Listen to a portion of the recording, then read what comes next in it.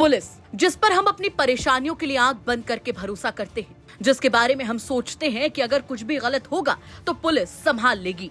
लेकिन कानपुर पुलिस का एक ऐसा कारनामा अब सामने आया है जिसे सुनकर न सिर्फ आप हैरान होंगे बल्कि ये सोचने पर मजबूर हो जाएंगे कि क्या वाकई हम इन पर भरोसा कर सकते हैं। वैसे तो पुलिस का काम अपराधियों को पकड़ना, उनके खिलाफ रिपोर्ट दर्ज करना और उनको कड़ी से कड़ी सजा भी दिलाना होता है, लेकिन कानपुर पुलिस का तो अंदाज ही निराला है। यहाँ एक थाने से अपराधियों के खिलाफ पहल करके उनको सजा दिलाना तो बहुत दूर की बात है, उल्टा 11 केसों की केस डायरी ही गायब कर दी गई। जी हाँ, ठीक सुना आपने। अब जब सालों से गायब डायरियां यहाँ नहीं मिली तो थाने के दीवान ने अब 7 दरोगा समेत 9 पुलिसकर्मियों पर बड़ा एक्शन लेते हुए इनके खिलाफ ही रिपोर्ट दर्ज करा दी है। इसे भ्रष्टाचार के एक बड़े मामले के तौर पर देखा जा रहा है। इस झोल के चलते इन मामलों की जांच अब अधर में लटक गई है। ये सारी केस डायरी वैसे तो अदालत पहुंचनी थी, लेकिन ना ही अदालत में है और ना ही थाने के रिकॉर्ड में मिल रही हैं।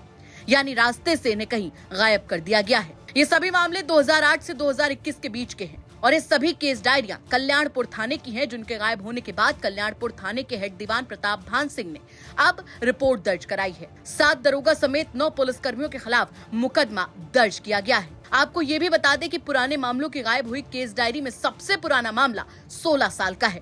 पूरे मामले पर पुलिस क्या कुछ कह रही है, चलिए सुनवाते हैं आपको।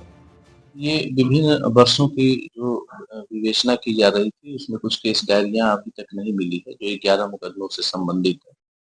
इनके न मिलने की वजह से काफी खोजबीन किया गया, उसमें एक जांच भी की गई और जब ये केस डायरी नहीं मिली है उसी के संबंध में वहाँ एक अभियोग पंजीकृत किया गया।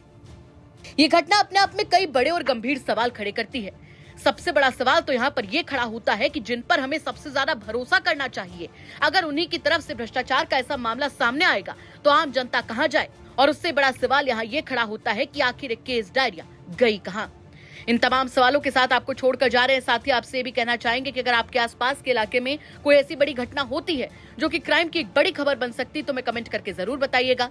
हम उसकी तह तक जाएंगे, उसके बाद में उससे खबर के तौर पर आप तक जरूर पहुंचाएंगे। नमस्कार।